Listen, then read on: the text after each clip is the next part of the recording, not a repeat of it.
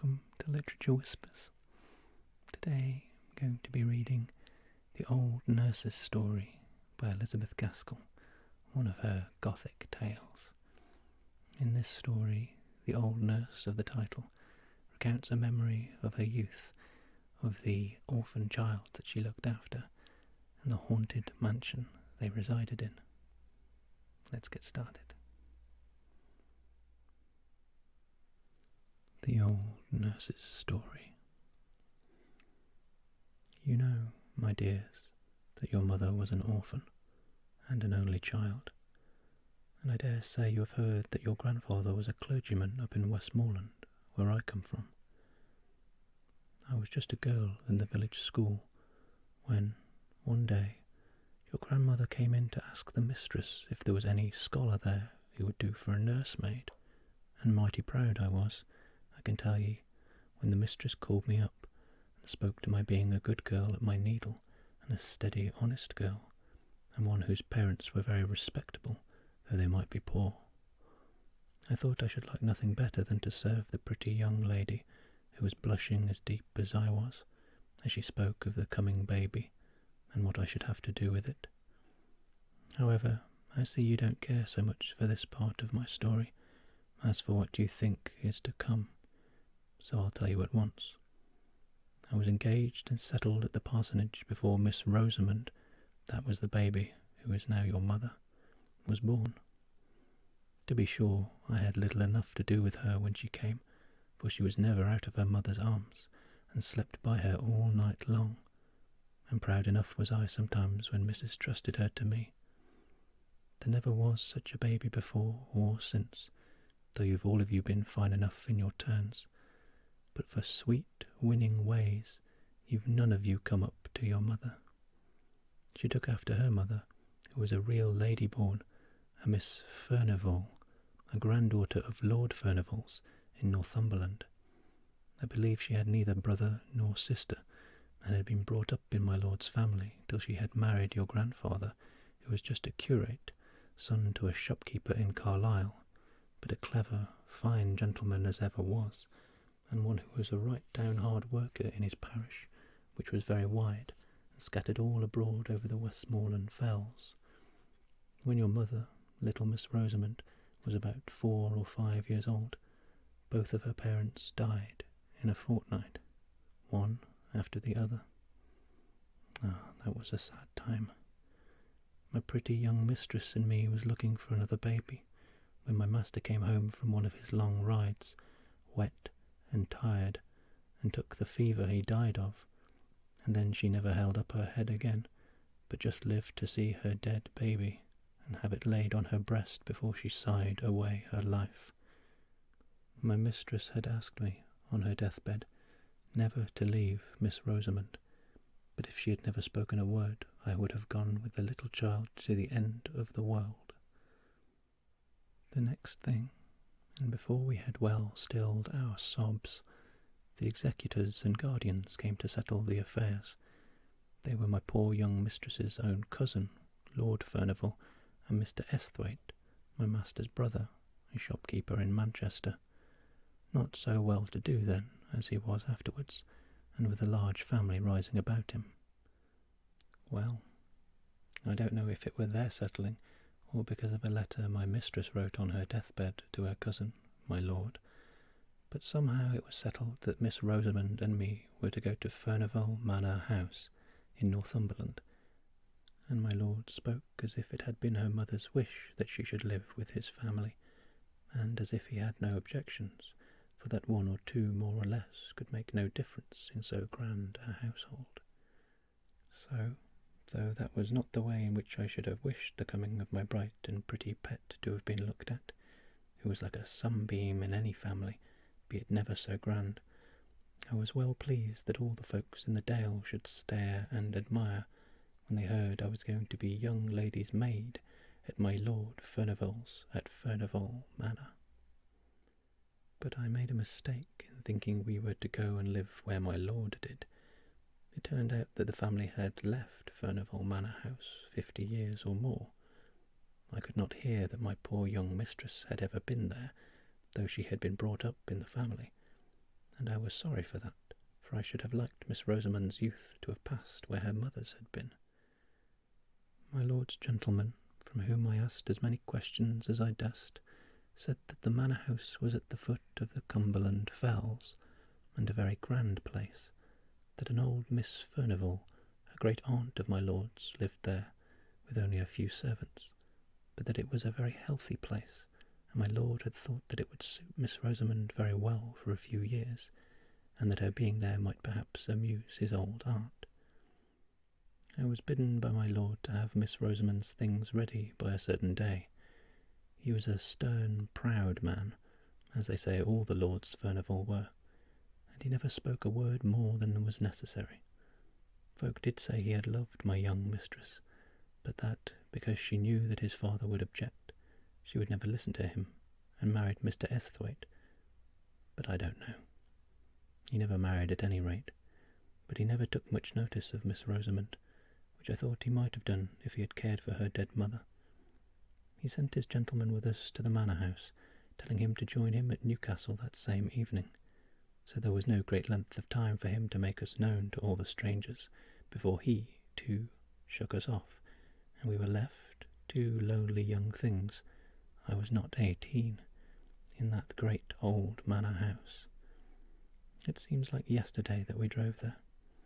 We had left our own dear parsonage very early, and we had both cried as if our hearts would break, though we were travelling in my lord's carriage, which I thought so much of once.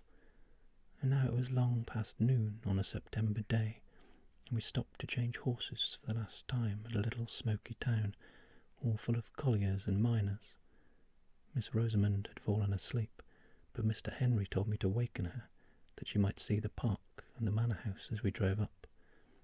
I thought it rather a pity, but I did what he bade me, for fear he should complain of me to my lord. We had left all signs of a town, or even a village, and were then inside the gates of a large, wild park, not like the parks here in the south, but with rocks, and the noise of running water, and gnarled thorn trees, and old oaks, all white and peeled with age. The road went up about 2 miles, and then we saw a great and stately house, with many trees close around it, so close that in some places the branches dragged against the walls when the wind blew, and some hung broken down, for no one seemed to take much charge of the place, to lop the wood, or to keep the moss-covered carriage-way in order. Only in front of the house all was clear. The great oval drive was without a weed, and neither tree nor creeper was allowed to grow over the long, many-windowed front, at both sides of which a wing projected, which were each the ends of other side fronts, for the house, although it was so desolate, was even grander than I expected. Behind it rose the fells, which seemed unenclosed and bare enough, and on the left hand of the house, as you stood facing it, was a little old-fashioned flower garden, as I found out afterwards. A door opened out upon it from the west front, that had been scooped out of the thick dark wood for some old Lady Furnivall, but the branches of the great forest trees had grown and overshadowed it again, and there were very few flowers that would live there at that time. When we drove up to the great front entrance and went into the hall, I thought we should be lost. It was so large and vast and grand. There was a chandelier all of bronze, hung down from the middle of the ceiling, and I had never seen one before, and looked at it all in amaze. Then, at one end of the hall, was a great fireplace, as large as the sides of the houses in my country, with massy andirons and dogs to hold the wood, and by it were heavy old-fashioned sofas. At the opposite end of the hall, to the left as you went in, on the western side, was an organ built into the wall, and so large that it filled up the best part of that end. Beyond it, on the same side, was a door, and opposite, on each side of the fireplace, were also doors leading to the east front, but those I never went through as long as I stayed in the house, so I can't tell you what lay beyond. The afternoon was closing in, and the hall, which had no fire lighted in it, looked dark and gloomy, but we did not stay there a moment. The old servant who had opened the door for us bowed to Mr. Henry and took us in through the door at the further side of the great organ, and led us through several smaller halls and passages into the west drawing-room, where he said that Miss Furnivall was sitting. Poor little Miss Rosamond held very tight to me, as if she were scared and lost in that great place, and as for myself, I was not much better. The west drawing-room was very cheerful-looking, with a warm fire in it, and plenty of good, comfortable furniture about. Miss Furnivall was an old lady, not far from 80, I should think, but I do not know. She was thin and tall, and had a face as full of fine wrinkles as if they had been drawn all over it with a needle's point. Her eyes were very watchful to make up, I suppose, for her being so deaf as to be obliged to use a trumpet. Sitting with her, working at the same great piece of tapestry, was Mrs. Stark, her maid and companion, and almost as old as she was. She had lived with Miss Furnivall ever since they both were young, and now she seemed more like a friend than a servant. She looked so cold and grey and stony, as if she had never loved or cared for anyone. And I don't suppose she did care for anyone, except her mistress, and owing to the great deafness of the latter, Mrs. Stark treated her very much as if she were a child. Mr. Henry gave some message from my lord, and then he bowed good-bye to us all, taking no notice of my sweet little Miss Rosamond's outstretched hand, and left us standing there, being looked at by the two old ladies through their spectacles. I was right glad when they rung for the old footman who had shown us in at first, and told him to take us to our rooms. So we went out of that great drawing-room, and into another sitting-room, and out of that, and then up a great flight of stairs, and along a broad gallery, which was something like a library, having books all down one side, and windows and writing tables all down the other, till we came to our rooms, which I was not sorry to hear were just over the kitchens, for I began to think I should be lost in that wilderness of a house. There was an old nursery that had been used for all the little lords and ladies long ago, with a pleasant fire burning in the grate, and the kettle boiling on the hob, and tea things spread out on the table. And out of that room was the night nursery, with a little crib for Miss Rosamond close to my bed. And old James called up Dorothy, his wife, to bid us welcome, and both he and she were so hospitable and kind that by and by Miss Rosamond and me felt quite at home, and by the time tea was over she was sitting on Dorothy's knee and chattering away as fast as her little tongue would go. I soon found out that Dorothy was from Westmoreland, and that bound her and me together, as it were, and I would never wish to meet with kinder people than were old James and his wife.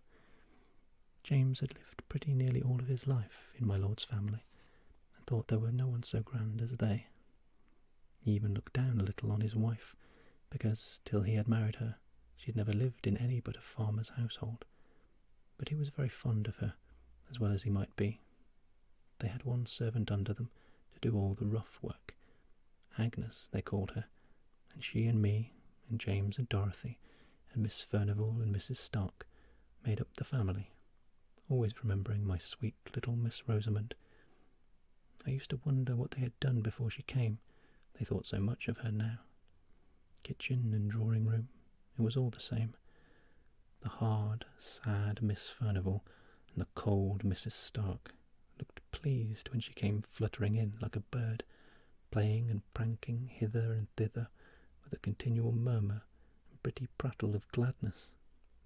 I am sure they were sorry many a time when she flitted away into the kitchen, though they were too proud to ask her to stay with them, and were a little surprised at her taste, though to be sure, as Mrs. Stark said, it was not to be wondered at, remembering what stock her father had come of. The great old rambling house was a famous place for little Miss Rosamond. She made expeditions all over it, with me at her heels, all except the east wing, which was never opened, and whither we never thought of going. But in the western and northern part was many a pleasant room, full of things that were curiosities to us, though they might not have been to people who had seen more. The windows were darkened by the sweeping boughs of the trees and the ivy which had overgrown them, but in the green gloom we could manage to see old china jars and carved ivory boxes, and great heavy books, and, above all, the old pictures. Once, I remember, my darling would have Dorothy go with us to tell us who they all were, for they were all portraits of some of my lord's family, though Dorothy could not tell us the names of everyone. We had gone through most of the rooms when we came to the old state drawing-room over the hall, and there was a picture of Miss Furnivall, or, as she was called in those days, Miss Grace, for she was the younger sister. Such a beauty she must have been, but with such a set, proud look, and such scorn looking out of her handsome eyes, with her eyebrows just a little raised, as if she wondered how anyone could have the impertinence to look at her, and her lip curled at us as we stood there gazing. She had a dress on, the like of which I had never seen before, but it was all the fashion when she was young. A hat of some soft white stuff like beaver, pulled a little over her brows, and a beautiful plume of feathers sweeping round it on one side, and her gown of blue satin was open in front to a quilted white stomacher. "Well, to be sure," said I, when I had gazed my fill, "flesh is grass, they do say. But who would have thought that Miss Furnivall had been such an out-and-out beauty, to see her now?" "Yes," said Dorothy, "folks change sadly. But if what my master's father used to say was true, Miss Furnivall, the elder sister, was handsomer than Miss Grace. Her picture is here somewhere, but if I show it to you, you must never let on, even to James, that you have seen it." "Can the little lady hold her tongue, think you?" asked she. I was not so sure, for she was such a little sweet, bold, open-spoken child, so I set her to hide herself, and then I helped Dorothy to turn a great picture that leaned with its face towards the wall and was not hung up as the others were. To be sure, it beat Miss Grace for beauty, and, I think, for scornful pride too, though in that matter it might be hard to choose. I could have looked at it an hour, but Dorothy seemed half frightened at having shown it to me, and hurried it back again, and bade me run and find Miss Rosamond, for that there were some ugly places about the house where she should like ill for the child to go. I was a brave, high-spirited girl, and thought little of what the old woman said, for I liked hide-and-seek as well as any child in the parish, so off I ran to find my little one. As winter drew on, and the days grew shorter, I was sometimes almost certain that I heard a noise, as if someone was playing on the great organ in the hall. I did not hear it every evening, but certainly I did very often, usually when I was sitting with Miss Rosamond, after I had put her to bed, and keeping quite still and silent in the bedroom. Then I used to hear it booming and swelling away in the distance. The first night, when I went down to my supper, I asked Dorothy who had been playing music, and James said very shortly that I was a gowk to take the wind soughing among the trees for music, but I saw Dorothy look at him very fearfully, and Bessie, the kitchen maid, said something beneath her breath, and went quite white. I saw they did not like my question, so I held my peace till I was with Dorothy alone, when I knew I could get a good deal out of her. So, the next day, I watched my time, and I coaxed and asked her who it was that played the organ, for I knew that it was the organ and not the wind well enough, for all I had kept silence before James. But Dorothy had had her lesson, I'll warrant, and never a word could I get from her. So then I tried Bessie, though I had always held my head rather above her, as I was even to James and Dorothy, and she was little better than their servant. So she said I must never, never tell, and if I ever told, I was never to say she had told me. But it was a very strange noise, and she had heard it many a time, but most of all on winter nights and before storms, and folks did say it was the old lord playing on the great organ in the hall, just as he used to do when he was alive. But who the old lord was, or why he played, and why he played on stormy winter evenings in particular, she either could not or would not tell me. Well, I told you I had a brave heart, and I thought it was rather pleasant to have that grand music rolling about the house, let who would be the player, for now it rose above the great gusts of wind, and wailed and triumphed just like a living creature, and then it fell to a softness most complete. Only it was always music, in tunes, so it was nonsense to call it the wind. I thought at first that it might be Miss Furnivall who played, unknown to Bessie, but one day when I was in the hall by myself, I opened the organ and peeped all about it and around it, as I had done to the organ in Crosthwaite Church once before, and saw that it was all broken and destroyed inside, though it looked so brave and fine. And then, though it was noonday, my flesh began to creep a little, and I shut it up, and run away pretty quickly to my own bright nursery, and I did not like hearing the music for some time after that, any more than James and Dorothy did. All this time Miss Rosamond was making herself more and more beloved. The old ladies liked her to dine with them at their early dinner. James stood behind Miss Furnivall's chair, and I behind Miss Rosamond's, all in state, and after dinner she would play about in a corner of the great drawing-room, as still as any mouse, while Miss Furnivall slept, and I had my dinner in the kitchen. But she was glad enough to come to me in the nursery afterwards, for, as she said, Miss Furnivall was so sad, and Mrs. Stark so dull, but she and I were merry enough, and by, I got not to care for that weird rolling music, which did one no harm, if we did not know where it came from. That winter was very cold. In the middle of October the frosts began, and lasted many, many weeks. I remember, one day at dinner, Miss Furnivall lifted up her sad, heavy eyes and said to Mrs. Stark, "I am afraid we shall have a terrible winter," in a strange kind of meaning way. But Mrs. Stark pretended not to hear, and talked very loud of something else. My little lady and I did not care for the frost, not we.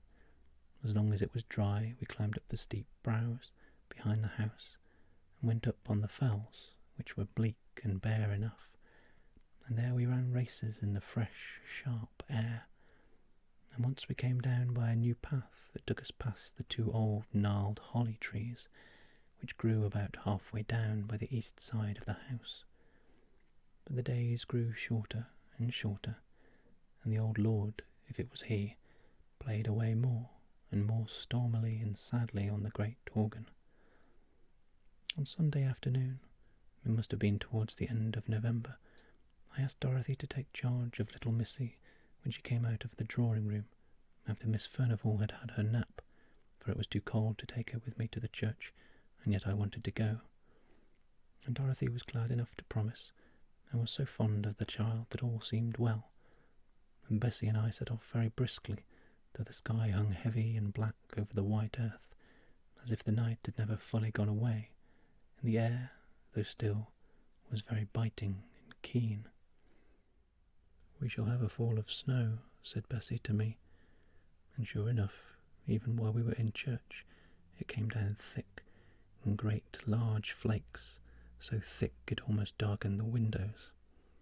It had stopped snowing before we came out, but it lay soft, thick and deep beneath our feet as we tramped home.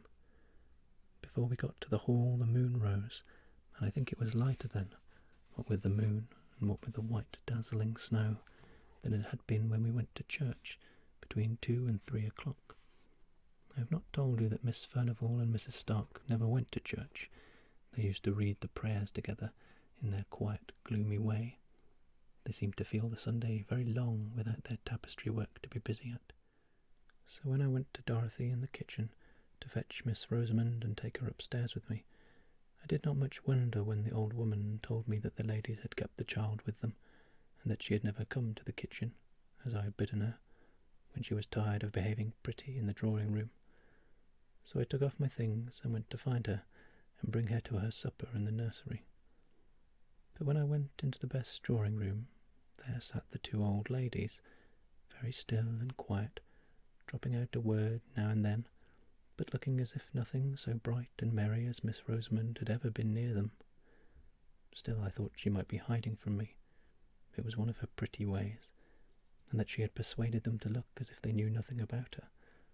So I went softly peeping under the sofa and behind that chair, making believe I was sadly frightened at not finding her. "What's the matter, Hester?" said Mrs. Stark sharply. I don't know if Miss Furnivall had seen me, for, as I told you, she was very deaf, and she sat quite still, idly staring into the fire with her hopeless face. "I'm only looking for my little Rosy Posy," replied I, still thinking that the child was there, and near me, though I could not see her. "Miss Rosamond is not here," said Mrs. Stark. "She went away more than an hour ago to find Dorothy." And she too turned and went on looking into the fire. My heart sank at this, and I began to wish that I had never left my darling. I went back to Dorothy and told her. James was gone out for the day, but she and me and Bessie took lights and went up to the nursery first, and then we roamed over the great large house, calling and entreating Miss Rosamond to come out of her hiding place and not frighten us to death in that way. But there was no answer, no sound. "Oh," said I at last, "can she have got into the east wing and hidden there?" But Dorothy said it was not possible, for that she herself had never been in there, that the doors were always locked, and my Lord's steward had the keys, she believed. At any rate, neither she nor James had ever seen them. So I said I would go back and see if, after all, she was not hidden in the drawing-room, unknown to the old ladies. And if I found her there, I said, I would whip her well for the fright she had given me, but I never meant to do it. Well, I went back to the west drawing-room, and I told Mrs. Stark we could not find her anywhere, and asked for leave to look all about the furniture there, for I thought now that she might have fallen asleep in some warm, hidden corner. But no, we looked. Miss Furnivall got up and looked, trembling all over, and she was nowhere there. Then we set off again, everyone in the house, and looked in all the places we had searched before, but we could not find her. Miss Furnivall shivered and shook so much that Mrs. Stark took her back to the warm drawing-room, but not before they had made me promise to bring her to them when she was found. Well a day! I began to think she would never be found, when I bethought me to look out into the great front court, all covered with snow. I was upstairs when I looked out, but it was such clear moonlight I could see quite plain 2 little footprints, which might be traced from the hall door and round the corner of the east wing. I don't know how I got down, but I tugged open the great stiff hall door, and throwing the skirt of my gown over my head for a cloak, I ran out. I turned the east corner, and there a black shadow fell on the snow, but when I came again into the moonlight, there were the little footmarks going up to the fells. It was bitter cold, so cold that the air almost took the skin off my face as I ran, but I ran on, crying to think how my poor little darling must be perished and frightened. I was within sight of the holly trees when I saw a shepherd coming down the hill, bearing something in his arms wrapped in his Maud. He shouted to me and asked me if I had lost a bairn, and when I could not speak for crying, he bore towards me, and I saw my wee bairnie lying still and white and stiff in his arms, as if she had been dead. He told me he had been up in the fells to gather in his sheep before the deep cold of night came on, and that under the holly trees, black marks on the hillside, where no other bush was for miles around, he had found my little lady, my lamb, my queen, my darling, stiff and cold in the terrible sleep which is frost begotten. Oh, the joy and the tears of having her in my arms once again, for I would not let him carry her, but took her, Maud and all, into my own arms, and held her near my own warm neck and heart, and felt the life stealing slowly back again into her little gentle limbs. But she was still insensible when we reached the hall, and I had no breath for speech. We went in by the kitchen door. "Bring the warming pan," said I, and I carried her upstairs and began undressing her by the nursery fire, which Bessie had kept up. I called my little Lammy all the sweet and playful names I could think of, even while my eyes were blinded by my tears, and at last, at length she opened her large blue eyes. Then I put her into her warm bed and sent Dorothy down to tell Miss Furnivall that all was well, and I made up my mind to sit by my darling's bedside the livelong night. She fell away into a soft sleep as soon as her pretty head had touched the pillow, and I watched by her till morning light, when she wakened up bright and clear, or so I thought at first, and my dears, so I think now. She said that she had fancied that she should like to go to Dorothy, for that both the old ladies were asleep, and it was very dull in the drawing-room, and that, as she was going through the west lobby, she saw the snow through the high window falling, soft and steady, but she wanted to see it lying pretty and white on the ground, so she made her way into the great hall, and then, going to the window, she saw it bright and soft upon the drive. But while she stood there, she saw a little girl, not so old as she was, but so pretty, said my darling, and this little girl beckoned to me to come out, and oh, she was so pretty and so sweet, I could not choose but go. And then this other little girl had taken her by the hand, and side by side the two had gone round the east corner. "Now you are a naughty little girl, and telling stories," said I. "What would your good mamma, that is in heaven, and never told a story in her life, say to her little Rosamond, if she heard her, and I dare say she does, telling stories?" "Indeed, Hester," sobbed out my child, "I'm telling you true, indeed I am." "Don't tell me," said I, very stern. "I tracked you by your boot marks through the snow. There are only yours to be seen, and if you had had a little girl to go hand in hand with you up the hill, don't you think the footprints would have gone along with yours?" "I can't help it, dear, dear Hester," said she, crying. "If they did not, I never looked at her feet, but she held my hand fast and tight in her little one, and it was very, very cold. She took me up the fell path, up to the holly trees, and there I saw a lady, weeping and crying, but when she saw me, she hushed her weeping, and smiled very proud and grand, and took me on her knee, and began to lull me to sleep, and that's all, Hester. But that is true, and my dear mamma knows it is," said she, crying. So I thought the child was in a fever, and pretended to believe her, as she went over her story, over and over again, and always the same. At last Dorothy knocked on the door with Miss Rosamond's breakfast, and she told me the old ladies were down in the eating parlour, and that they wanted to speak to me. They'd both been into the night nursery the evening before, but it was after Miss Rosamond was asleep, so they had only looked at her, and not asked me any questions. I shall catch it, thought I to myself, as I went along the north gallery.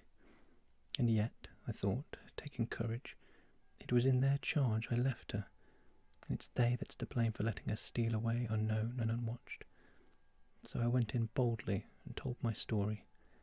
I told it all to Miss Furnivall, shouting it close to her ear, but when I came to the mention of the other little girl out in the snow, coaxing and tempting her out, and willing her up to the grand and beautiful lady by the holly tree, she threw her arms up, her old and withered arms, and cried aloud, "Oh, heaven forgive, have mercy." Mrs. Stark took hold of her, roughly enough, I thought, but she was past Mrs. Stark's management, and spoke to me in a kind of wild warning and authority. "Hester, keep her from that child. It will lure her to her death. That evil child. Tell her it is a wicked, naughty child." Then Mrs. Stark hurried me out of the room, where, indeed, I was glad enough to go. But Miss Furnivall kept shrieking out, Oh, have mercy! Wilt thou never forgive? It is many a long year ago. I was very uneasy in my mind after that. I durst never leave Miss Rosamond, night or day, for fear lest she might slip off again after some fancy or other, and all the more because I thought I could make out that Miss Furnivall was crazy from their odd ways about her, and I was afraid lest something of the same kind, which might be in the family, you know, hung over my darling. And the great frost never ceased all this time, and whenever it was a more stormy night than usual, between the gusts and through the wind, we heard the old lord playing on the great organ. But, old lord or not, wherever Miss Rosamond went, there I followed, for my love for her, pretty helpless orphan, was stronger than my fear for the grand and terrible sound. Besides, it rested with me to keep her cheerful and merry as beseemed her age. So we played together and wandered together, here and there and everywhere, for I never dared to lose sight of her again in that large and rambling house. And so it happened that one afternoon, not long before Christmas Day, we were playing together on the billiard table in the great hall. Not that we knew the right way of playing, but she liked to roll the smooth ivory balls with her pretty hands, and I liked to do whatever she did. And by, without our noticing it, it grew dusk indoors, though it was still light in the open air, and I was thinking of taking her back into the nursery, when, all of a sudden, she cried out, "Look, Hester, look, there is my poor little girl out in the snow." I turned towards the long, narrow windows, and there, sure enough, I saw a little girl, less than my Miss Rosamond, dressed all unfit to be out of doors such a bitter night, crying and beating against the window panes, as if she wanted to be let in. She seemed to sob and wail till Miss Rosamond could bear it no longer, and was flying to the door to open it, when, all of a sudden, and close upon us, the great organ pealed out so loud and thundering. It fairly made me tremble, and all the more when I remembered me that, even in the stillness of that dead cold weather, I had heard no sound of little battering hands upon the window glass, although the phantom child had seemed to put forth all its force, and, although I had seen it wail and cry, no faintest touch of sound had fallen upon my ears.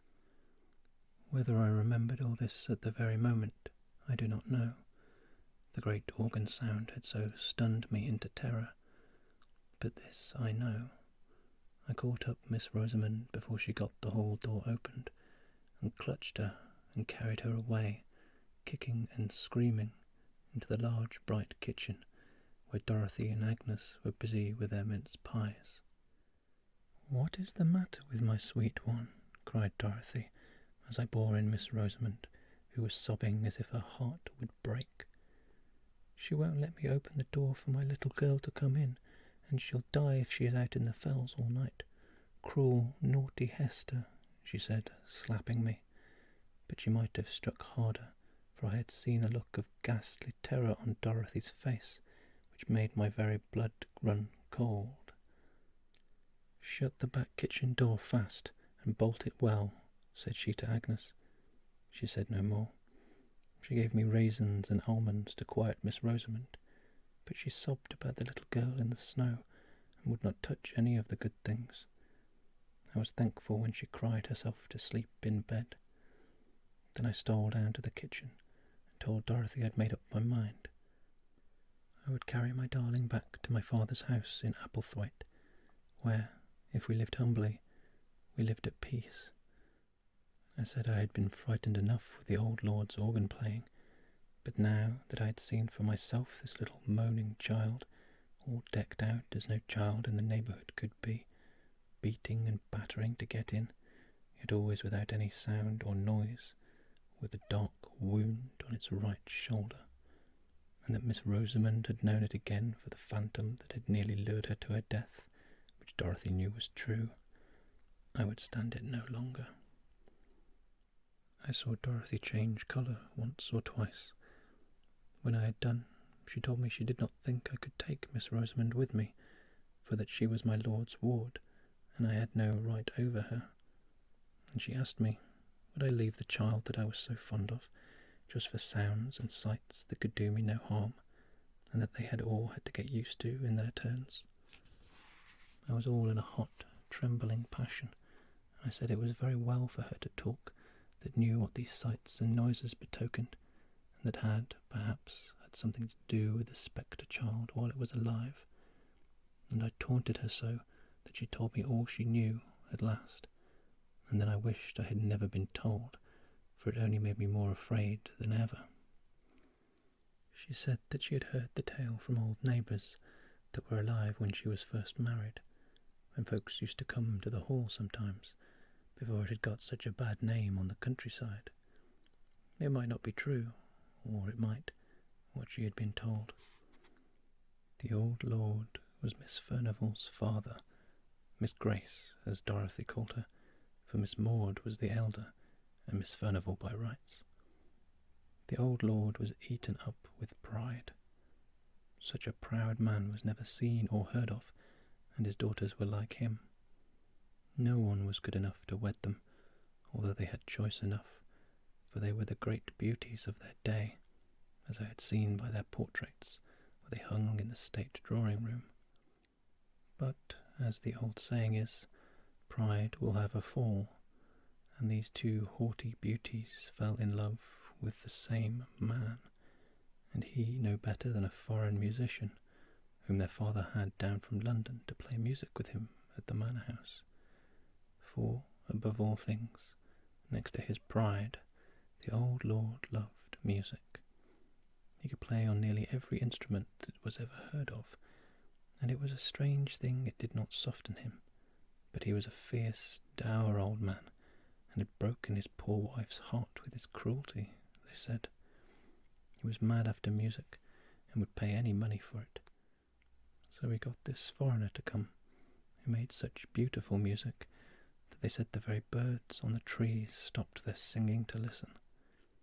And, by degrees, this foreign gentleman got such a hold over the old lord that nothing would serve him but that he must come every year, and it was he that had the great organ brought from Holland and built up in the hall where it stood now. He taught the old lord to play on it, but many and many a time, when Lord Furnivall was thinking of nothing but his fine organ and his finer music, the dark foreigner was walking abroad in the woods with one of the young ladies, now Miss Maud, and then Miss Grace. Miss Maud won the day and carried off the prize, such as it was, and he and she were married, all unknown to anyone. And before he made his next yearly visit, she had been confined of a little girl at a farmhouse on the moors, while her father and Miss Grace thought she was away at Doncaster races. But though she was a wife and a mother, she was not a bit softened, but as haughty and as passionate as ever, perhaps more so, for she was jealous of Miss Grace, to whom her foreign husband played a great deal of court, by way of blinding her, as he told his wife. But Miss Grace triumphed over Miss Maud, and Miss Maud grew fiercer and fiercer, both with her husband and with her sister, and the former, who could easily shake off what was disagreeable, and hide himself in foreign countries, went away a month before his usual time that summer, and half threatened that he would never come back again. Meanwhile, the little girl was left at the farmhouse, and her mother used to have her horse saddled and gallop wildly over the hills to see her once every week, at the very least, for where she loved, and where she hated, she hated. And the old lord went on playing on his organ, and the servants thought the sweet music he made had soothed down his awful temper, of which, Dorothy said, some terrible tales could be told. He grew infirm, too, and had to walk with a crutch, and his son, that was the present Lord Furnivall's father, was with the army in America, and the other son at sea, so Miss Maud had it pretty much her own way, and she and Miss Grace grew colder and bitterer to each other every day, till at last they hardly ever spoke, except when the old lord was by. The foreign musician came again the next summer, but it was for the last time, for they led him such a life with their jealousy and their passions that he grew weary and went away and never was heard of again. And Miss Maud, who had always meant to have her marriage acknowledged when her father should be dead, was left now a deserted wife, whom nobody knew to have been married, with a child that she dared not own, although she loved it to distraction, living with a father whom she feared and a sister whom she hated. When the next summer passed over and the dark foreigner never came, both Miss Maud and Miss Grace grew gloomy and sad. They had a haggard look about them, though they looked handsome as ever. But by and by Miss Maud brightened, for her father grew more and more infirm, and more than ever carried away by his music, and she and Miss Grace lived almost entirely apart, having separate rooms, the one on the west side, Miss Maud on the east, those very rooms which were now shut up. So she thought she might have her little girl with her, and no one need ever know, except those who dared not speak about it, and were bound to believe that it was, as she said, a cottager's child she had taken a fancy to. All this, Dorothy said, was pretty well known, but what came afterwards no one knew, except Miss Grace and Mrs. Stock, who was even then her maid, and much more of a friend to her than even her sister had been. But the servants supposed, from words that were dropped, that Miss Maud had triumphed over Miss Grace, and told her that all the time the dark foreigner had been mocking her with pretended love. He was her own husband. The colour left Miss Grace's cheek and lips that very day for ever, and she was heard to say many a time that sooner or later she would have her revenge, and Mrs. Stock was for ever spying about the east rooms. One fearful night, just after the new year had come in, when the snow was lying thick and deep, and the flakes were still falling, fast enough to blind anyone who might be out and abroad, there was a great and violent noise heard, and the old lord's voice above all, cursing and swearing awfully, and the cries of a little child, and the proud defiance of a fierce woman, and the sound of a blow, and a dead stillness, and moans and wailings dying away on the hillside. Then the old lord summoned all his servants, and told them, with terrible oaths and words more terrible, that his daughter had disgraced herself, and that he had turned her out of doors, her and her child, and that if ever they gave her help, or food, or shelter, he prayed that they might never enter heaven. And all the while Miss Grace stood by him, white and still as any stone, and when he had ended she heaved a great sigh, as much as to say her work was done, and her end was accomplished. But the old lord never touched his organ again, and died within the year, and no wonder, for on the morrow of that wild and fearful night, the shepherds, coming down the fell side, found Miss Maud sitting, all crazy and smiling, under the holly trees, nursing a dead child, with a terrible mark on its right shoulder. But that was not what killed it, said Dorothy. It was the frost and the cold. Every wild creature was in its hole, and every beast in its fold, while the child and its mother were turned out to wander on the fells. And now you know all, and I wonder if you are less frightened now. I was more frightened than ever, but I said I was not. I wished Miss Rosamond and myself well out of that dreadful house for ever, but I would not leave her, and I dared not take her away. But oh, how I watched her and guarded her. We bolted the doors and shut the window shutters fast an hour or more before dark, rather than leave them open 5 minutes too late. But my little lady still heard the weird child crying and mourning, and not all we could do or say could keep her from wanting to go to her and let her in from the cruel wind and the snow. All this time I kept away from Miss Furnivall and Miss Stark as much as ever I could, for I feared them. I knew no good could be about them, with their grey, hard faces and their dreamy eyes, looking back into the ghastly years that were gone.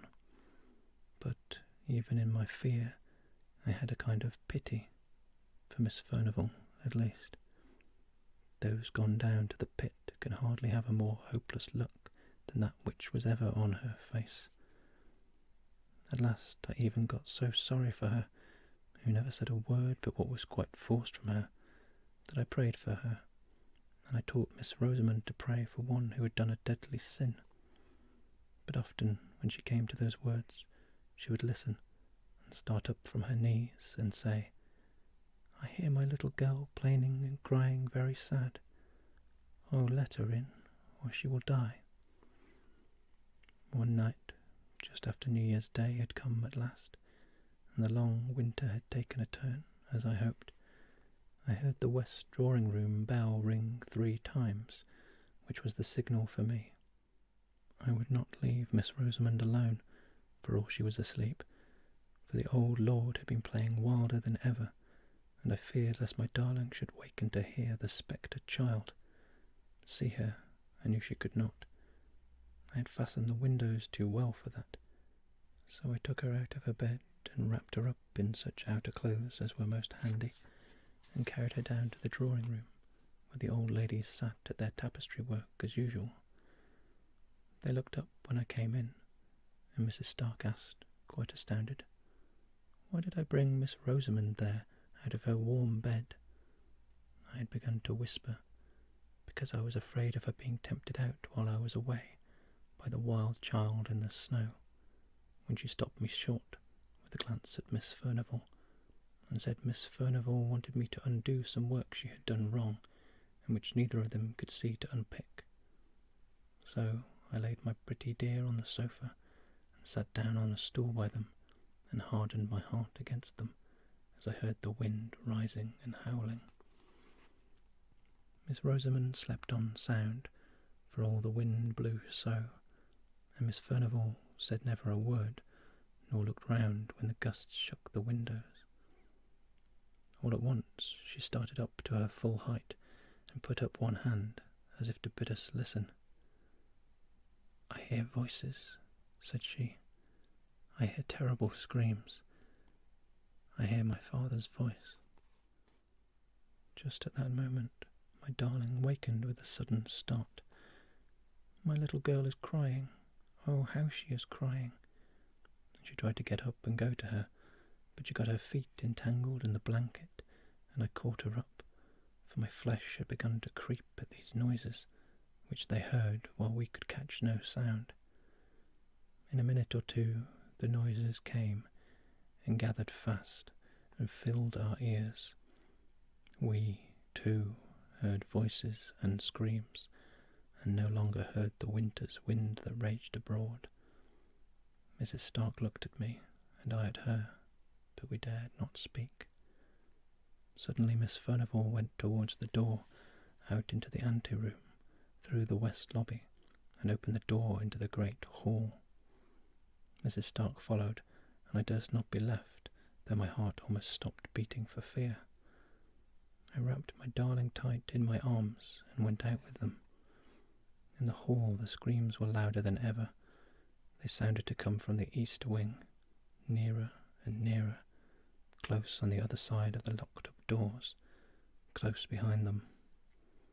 Then I noticed that the great bronze chandelier seemed all alight, that the hall was dim, and that a fire was blazing in the vast hearth-place, though it gave no heat, and I shuddered up with terror, and folded my darling closer to me. But as I did so, the east door shook, and she, suddenly struggling to get free from me, cried, "Hester, I must go. My little girl is there. I hear her. She is coming. Hester, I must go." I held her tight with all my strength. With a set will I held her, If I had died, my hands would have grasped her still. I was so resolved in my mind. Miss Furnivall stood listening, and paid no regard to my darling, who had got down to the ground, and whom I, upon my knees now, was holding with both my arms clasped around her neck, she still striving and crying to get free. All at once the east door gave way with a thundering crash, as if torn open in a violent passion, and there came into that broad and mysterious light the figure of a tall old man, with grey hair and gleaming eyes. He drove before him, with many a relentless gesture of abhorrence, a stern and beautiful woman, with a little child clinging to her dress. "Oh, Hester, Hester," cried Miss Rosamond, "it's the lady below the holly trees, and my little girl is with her. Hester, Hester, let me go to her. They are drawing me to them.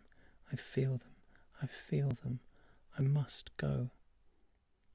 Again she was almost convulsed by her efforts to get away, but I held her tighter and tighter, till I feared I should do her a hurt, but rather that than let her go towards those terrible phantoms. They passed along towards the great hall door, where the winds howled and ravened for their prey, but before they reached that, the lady turned, and I could see that she defied the old man with a fierce and proud defiance. But then she quailed, and then she threw up her arms wildly and piteously to save her child, her little child, from a blow from his uplifted crutch. And Miss Rosamond was torn as by a power stronger than mine, and writhed in my arms and sobbed, for by this time the poor darling was growing faint. "They want me to go with them on to the fells. They are drawing me to them. Oh, my little girl, I would come, but cruel, wicked Hester holds me very tight." But when she saw the uplifted crutch, she swooned away, and I thanked God for it. Just at this moment, when the tall old man, his hair streaming as in the blast of a furnace, was going to strike the little shrinking child, Miss Furnivall, the old woman by my side, cried out, "Oh, Father, Father, spare the little innocent child." But just then we all saw, another phantom shape itself, and grow clear out of the blue and misty light that filled the hall.